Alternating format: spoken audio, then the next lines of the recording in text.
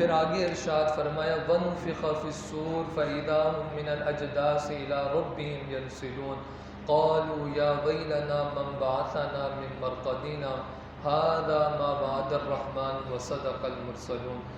اور سور میں پھونک ماری جائے گی تو اسی وقت وہ قبروں سے اپنے رب کی طرف دوڑتے چلے جائیں گے۔ جب دوسری مرتبہ سور میں پھونک ماری جائے گی، یہ سور جو ہے نا ایک سینگ کی طرح ہوتی ہے، اس کے اندر حضرت اسرافیل علیہ السلام پھونک ماریں گے دوسری مرتبہ، تو سارے جو مردے ہیں نا وہ زمینوں سے نکلیں گے اور دوڑتے ہوئے رب کی بارگاہ میں پہنچیں گے۔ اب یہاں پر مفسرین کے مختلف اقوال ہیں۔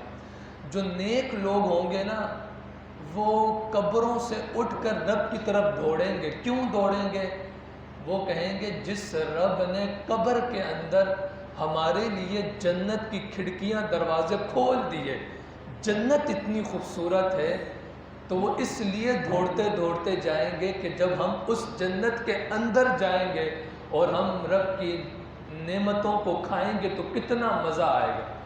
نیکوکار اس لیے رب کی طرف بھاگیں گے، اور جو گناہ گار ہوں گے نا وہ اس لیے بھاگیں گے کہ مالک تیری آواز پہ ساری زندگی ہم نہیں آئے، چلو آج رب بلا رہے، آج ہی دوڑتے ہوئے چلے جاؤ، کوئی بات بن جائے۔ اللہ اکبر۔ اور کافر قبروں سے اٹھ کر رب کی طرف اس لیے دوڑیں گے کہ قبر کے اندر انہیں عذابات ہو رہے ہوں گے، انہوں نے اپنی آنکھوں سے جہنم کے عذاب دیکھے ہوں گے قبر کے اندر، تو وہ قبر سے اٹھ کے رب کی طرف اس لیے دوڑ لگائیں گے کہ قبر کے اندر اتنے حالات خراب ہیں، شاید یہاں حشر کے میدان میں ہمیں کوئی عذاب نہ ملے، تو اس لیے دوڑتے ہوئے جائیں گے۔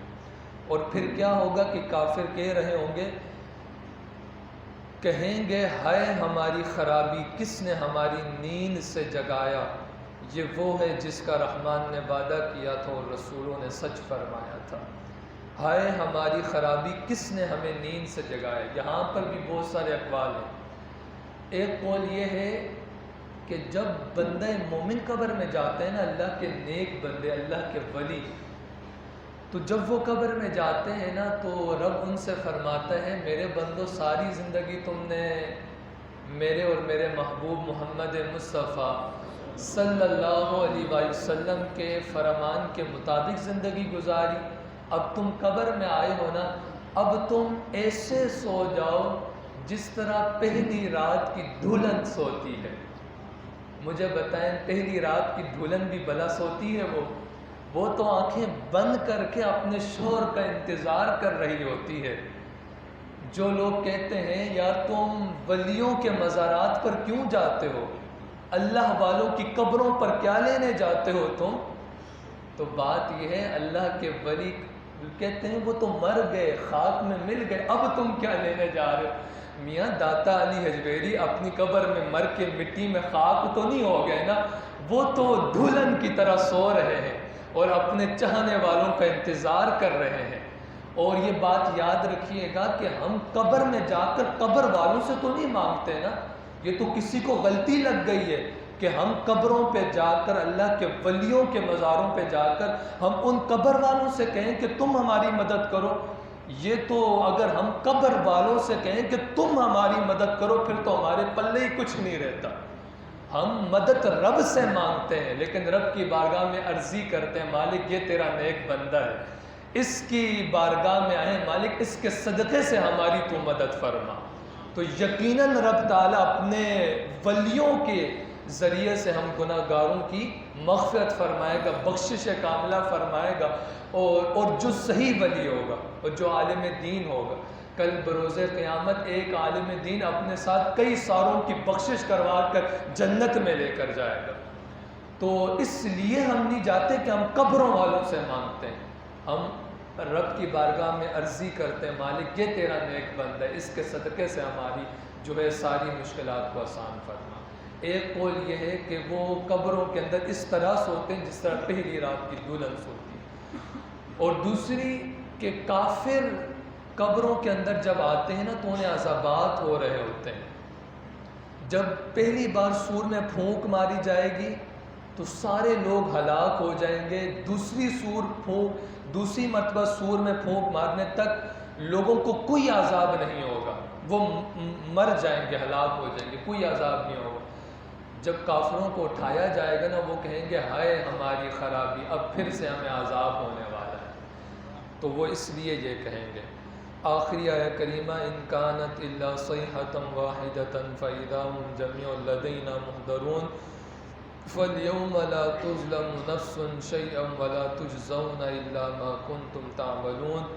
وہ تو صرف ایک چیخ ہوگی تو اسی وقت وہ سب کے سب ہمارے حضور حاضر کر دیے جائیں گے، تو آج کسی جان پر کچھ ظلم نہ ہوگا اور تمہیں تمہارے اعمال کا ہی بدلہ دیا جائے گا۔ جو ہم کر کے جائیں گے اس دنیا سے، کل بروز قیامت ہمیں اس کا بدلہ دیا جائے گا، اس کا حساب ہمیں رب کی بارگاہ میں دینا پڑے گا۔ اللہ کی متقین لہم فیہا فاکہۃ ولہم ما یدعون سلام قولا من رب الرحیم۔ بے شک جنت والے آج دل بہلانے والے کاموں میں لطف اندوز ہو رہے ہوں گے۔ وہ اور ان کی بیویاں تختوں پر تکیہ لگائے سایوں میں ہوں گے، ان کے لیے جنت میں پھل میوے ہوں گے اور ان کے لیے ہر وہ چیز ہوگی جو وہ مانگیں گے۔ مہربان رب کی طرف سے فرمایا ہوا سلام ہوگا ان کی طرف۔ جب جنتی جنت میں جائیں گے تو تختوں پر، ان تختوں پر جنتی درختوں کا سایہ ہوگا، تو جنتی تختوں پر ان درختوں کے سائے میں تکیے کے ساتھ ٹیک لگائے ہوئے اپنی بیویوں کے ساتھ اور حوروں کے ساتھ آمنے سامنے بیٹھے ہوں۔ ذرا وہ منظر تو لائیں نا کہ سامنے نہریں بہہ رہی ہوں گی اور اس کے اندر جنتی جانور چھلانگے لگا رہے ہوں گے، اور پھر جنتی درختوں کا سایہ ہم پر ہوگا، اور پھر ہم اپنی ہی بیویوں کے ساتھ اور جنتی حوروں کے ساتھ ہوں گے۔ وہ حور ابھی رات ہے، حدیث شریف میں آتا ہے کہ جنتی حور ایک ناخن جنت سے پردہ ہٹا کر صرف اپنا ایک ناخن دنیا کی طرف نکالے نا، تو اس وقت پورا پاکستان روشن روشن ہو جائے۔ ان چمکتی ہوئی حوروں کے ساتھ اور اپنی بیویوں کے ساتھ ہم آمنے سامنے تکیوں پر ٹیک لگائے ہوئے باتیں کر رہے ہوں گے، اور پھر ہمارے ارد گرد آج تو کچھ بیچارے جو غریب ہیں ان کی اولادیں ان کا کہنا ماننے والی ہیں، لیکن ایسا بھی ہوتا ہے کہ ان کی اولادیں بھی ان کا کہنا ماننے والی نہیں ہوتی۔ لیکن جنت کے اندر ایک ادنا جنتی کو 100 نہیں 200 نہیں 10,000 خدام ملیں گے جو اس کے آس پاس چکر لگا رہے ہوں گے، اور ان خادموں کے حسن کا عالم کیا ہوگا؟ قرآن بتاتا ہے اذا رأیتہم حسبتہم لؤلؤا منثورا۔ اے جنتی، جب تو اپنے 10,000 خادموں کے چہروں کی طرف نظر ڈالے گا نا، تو تجھے تو ایسا لگے گا جس طرح سفید فرش پر بکھرے ہوئے سفید موتی پڑے ہوئے ہوں۔ خادموں کے حسن کا یہ عالم ہوگا، تو جنتی کے چہرے کا حسن کا عالم کیا ہوگا؟ اور جنت میں نا ہر کوئی جوان ہو کر جائے گا۔ حدیث شریف میں آتا ہے کہ سب کی عمریں 30 سے 33 سال کی ہوں گی، اور یہاں پر علماء نے بڑا پیارا نقطہ اٹھایا۔ میں نے اپنے دادا کو نہیں دیکھا، میں نے اپنی دادی کو دیکھا، آپ نے اپنے دادا کو نہیں دیکھا ہوگا، دادیوں کو نہیں دیکھا، اگر دیکھا بھی ہوگا لیکن جوانی نہیں دیکھی ہوگی۔ اللہ اکبر۔ اپنے نانوں کی جوانی کو نہیں دیکھا ہوگا، اپنی نانیوں کی جوانی کو نہیں دیکھا ہوگا، اور اپنے والد کی کڑک جوانی کو بھی ہم نے اپنی آنکھوں سے نہیں دیکھا ہوگا۔ لیکن جنت میں ہم اپنے دادا کو، ہم اپنی دادیوں کو، نانیوں کو، نانوں کو، اور ہم اپنے والد کو، اپنی والدوں کو 30 سے 33 سال کی عمر میں اپنی آنکھوں سے دیکھ رہے ہوں گے، اور ہمارے دادا اپنے پوتوں کو اپنی آنکھوں سے دیکھ رہے ہوں گے۔ جنت کے اندر یہ لطف اندوز منظر میں اور آپ اپنی آنکھوں سے دیکھ رہے ہوں گے، اور پھر کیا ہوگا؟ آگے ارشاد فرمایا کہ جنت میں ہر وہ چیز ہوگی جس کا تم ارادہ کرو گے وہ تمہارے سامنے آ جائے گی۔ 2 حدیثیں آپ کے سامنے میں رکھنا چاہوں گا اور ان کا مفہوم آپ کے سامنے رکھنا چاہوں گا۔ ایک صحابی، دیہاتی صحابی آئے اور عرض گزار ہوئے، یا رسول اللہ صلی اللہ علیہ وسلم کیا جنت میں پھل وغیرہ بھی ہوں گے؟ حضور نے ارشاد فرمایا پھل بھی ہوں گے، اور جنت میں ایک درخت ہے جس کا نام طوبہ ہے، وہ اتنا بڑا ہے کہ ایک شخص 100 سال تک اس درخت کے سائے میں چلتا رہے پھر بھی اس جنتی طوبہ درخت کا سایہ ختم نہیں ہوگا۔ تو وہ دیہاتی صحابی تھے نا، عرض گزار ہوئے حضور پھر وہ درخت اتنا بڑا ہے تو اس کا تنا بھی تو پھر بہت بڑا ہوگا نا، حضور یہ بتائیں اس کا تنا کتنا بڑا ہوگا؟ پھر نبی کریم صلی اللہ علیہ وسلم نے ارشاد فرمایا اس طوبہ نامی درخت کا جو تنا ہے نا، ایک اونٹ دوڑتا رہے یہاں تک کہ وہ بوڑھا ہو کر گر جائے پھر بھی اس طوبہ نامی درخت کے تنے کو پار نہیں کر سکتا۔ پر سنیے، دیہاتی صحابی تھے نا، عرض گزار ہوئے حضور جب جنت میں اتنا بڑا درخت ہوگا، اس کے تنے اتنے بڑے ہوں گے، حضور پھر اس کے ساتھ پھل بھی تو بڑے بڑے لگیں گے نا، چھوٹے تو نہیں لگیں گے نا۔ اللہ اکبر۔ حضور یہ بتائیں انگور ہوں گے؟ نبی کریم صلی اللہ علیہ وسلم نے ارشاد فرمایا انگور ہوں گے۔ تو حضور یہ بتا دیں کہ ایک انگور کا سائز کیا ہوگا؟ اللہ اکبر۔ مجھ سے کوئی 2 مرتبہ پوچھے نا بات، تیسری مرتبہ میں نے اس کو بھگا دینا، جا بھائی کسی اور کے پاس جا، تجھے کب سے سمجھایا جا رہا ہوں تیری سمجھ میں ہی نہیں آتی۔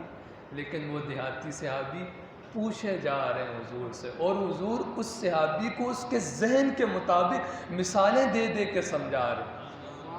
جب اس صحابی نے یہ پوچھا نا حضور اس انگور، جنتی انگور کا سائز کیا ہوگا، تو حضور نے ارشاد فرمایا تیرے والد نے کبھی ایسا کیا ہے کہ موٹا تازہ بڑے بکرے کو ذبح کیا، اس کی کھال نکالی ہو اور تیری ماں کو دیا ہو اور تیری ماں سے کہا ہو کہ اس کا ڈھول بنا لو؟ پرانے زمانے میں کھالوں کا ڈھول بنایا جاتا تھا اور پھر پانی نکالا جاتا تھا۔ تو وہ عرض گزاری ہو، جی حضور ایسا تو ہوا ہے۔ کہا اس بکرے کی کھال کا جو ایک ڈھول تیری ماں بناتی ہے نا، اتنا بڑا جنتی ایک انگور ہوگا۔ تو پتہ اس پر صحابی نے کیا کہا، حضور پھر تو میں بھی کھاؤں گا، میرے بچے کھائیں گے، تب بھی وہ انگور کا ایک دانہ ختم نہیں ہوگا۔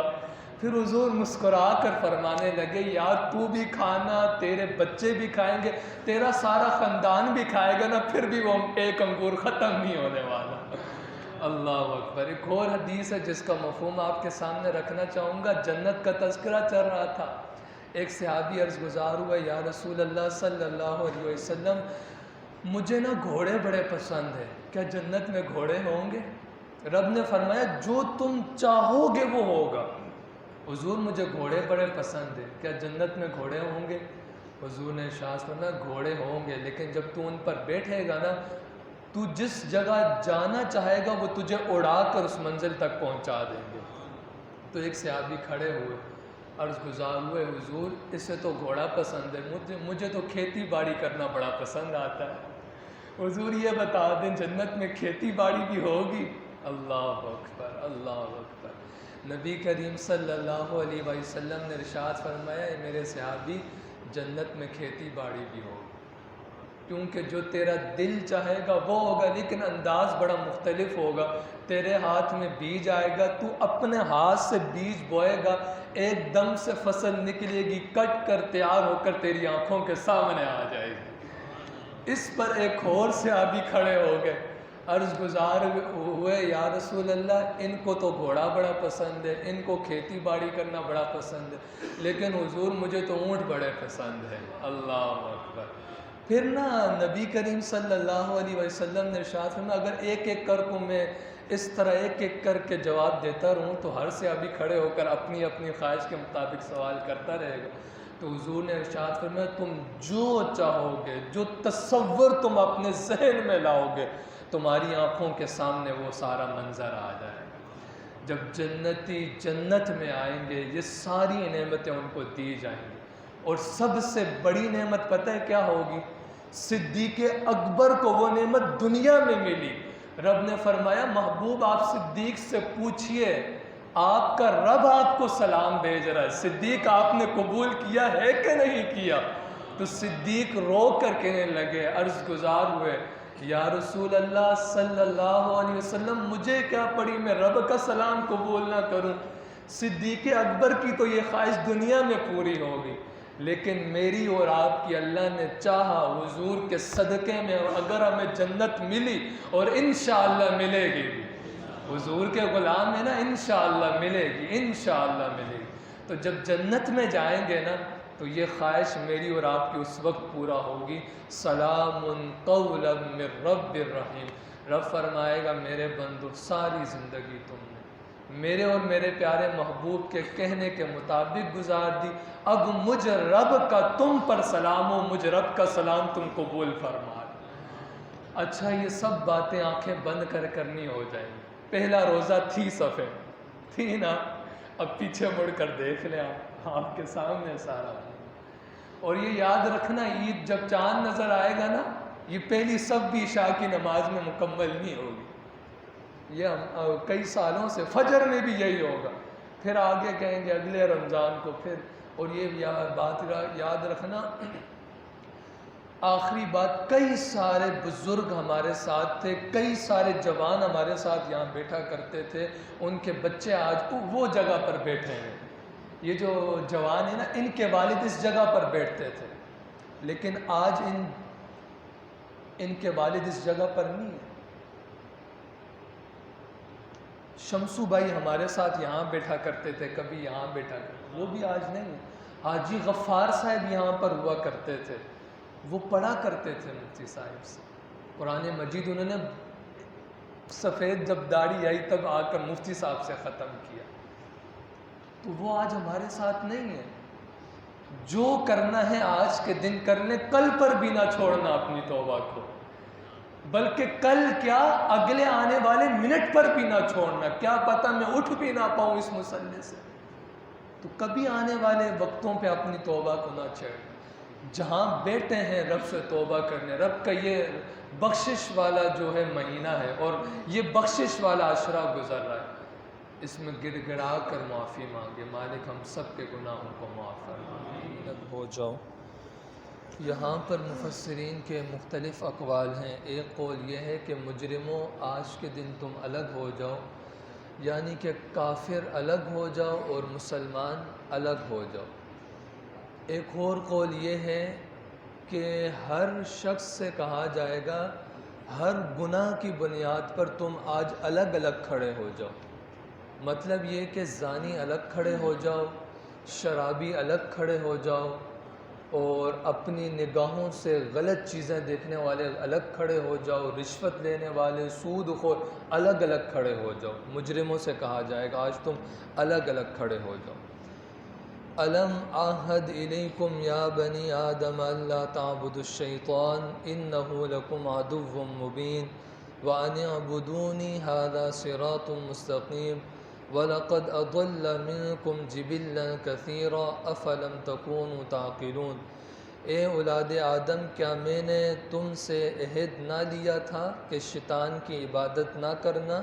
بے شک وہ تمہارا کھلا دشمن ہے، اور میری عبادت کرنا یہ سیدھی راہ ہے، اور بے شک اس نے یعنی شیطان نے تم میں سے بہت سی مخلوق کو گمراہ کر دیا، تو کیا تم سمجھتے نہ تھے؟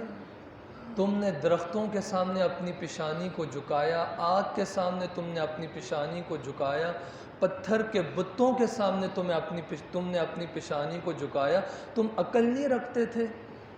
پتھر کا بت اپنے اوپر سے اگر مکھی بیٹھ جائے وہ نہیں ہٹا سکتا، گندگی کے ڈھیر میں اس پتھر کے بت کو چھوڑ کر آ جاؤ تو یہ وہاں سے اٹھ نہیں سکتا۔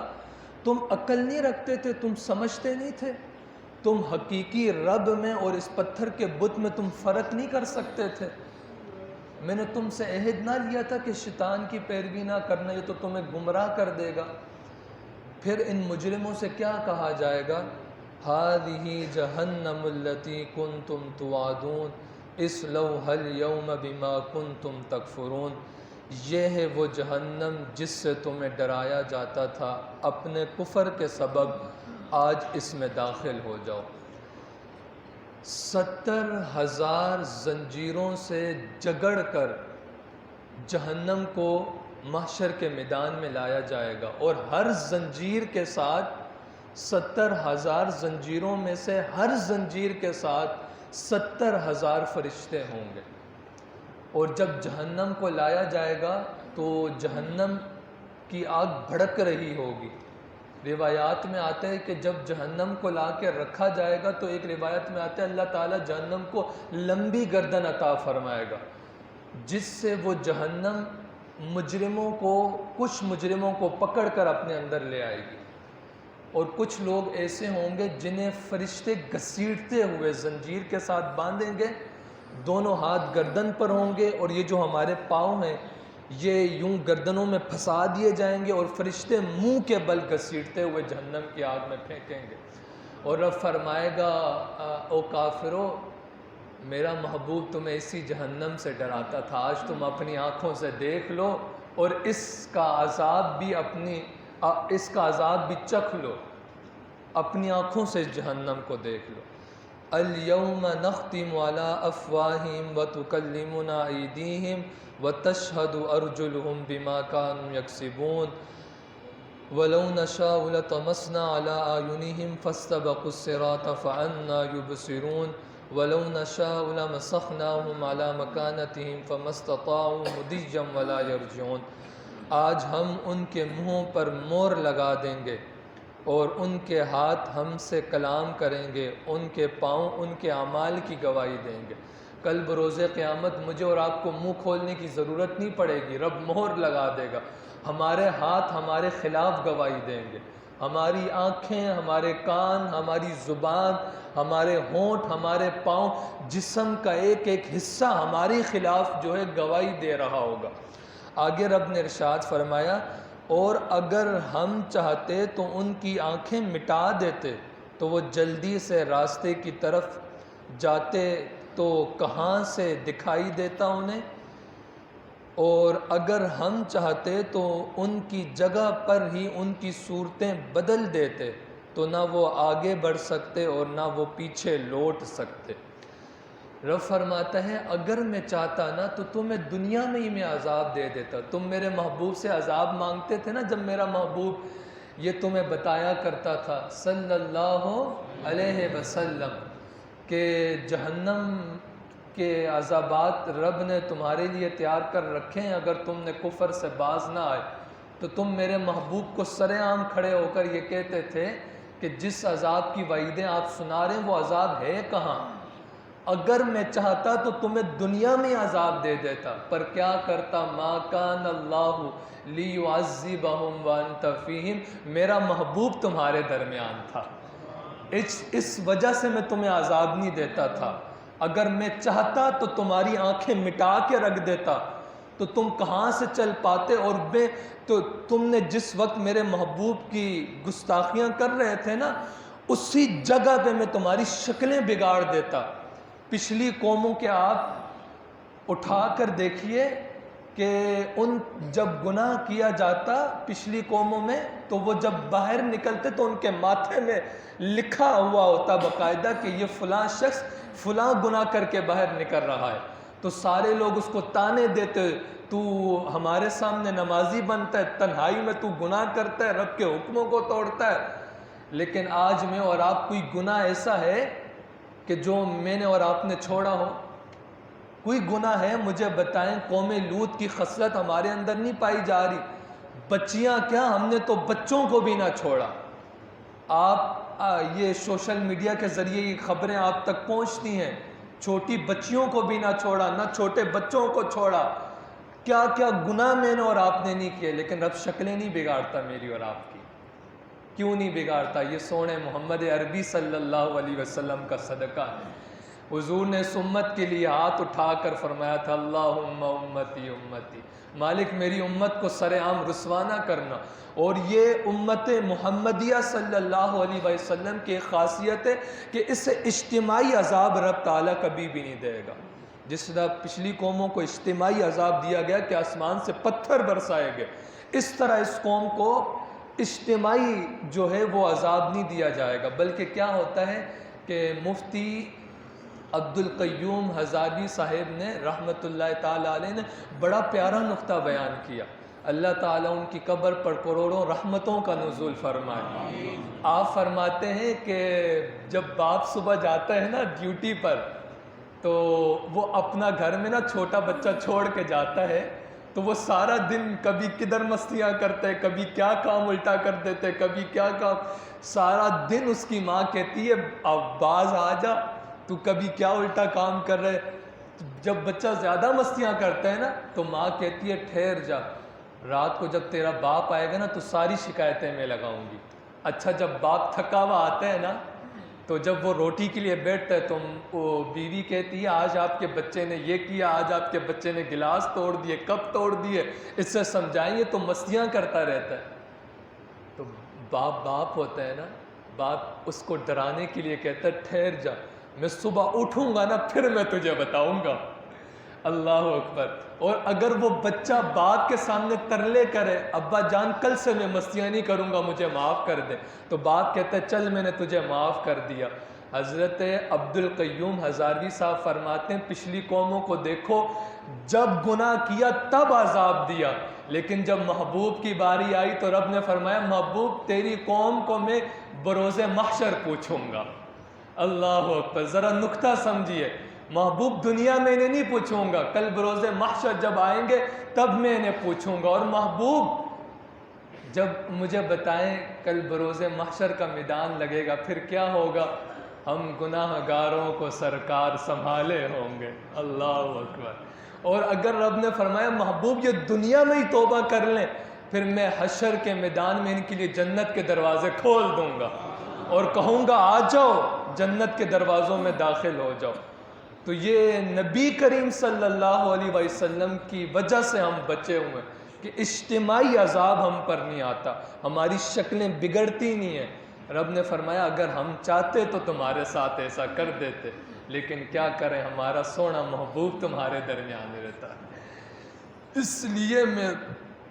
اس لیے تمہیں عذاب نہیں دیا جاتا۔ آج ہماری سورہ یاسین کے 4 رکوع ماشاءاللہ سے اللہ کے فضل و کرم سے اور اس کے پیارے محبوب محمد مصطفیٰ صلی اللہ علیہ وسلم کے صدقے سے ترجمہ و تفسیر کے ساتھ مکمل ہو چکے۔ کل سے انشاءاللہ سورہ یاسین کا آخری رکوع کا آغاز ہوگا۔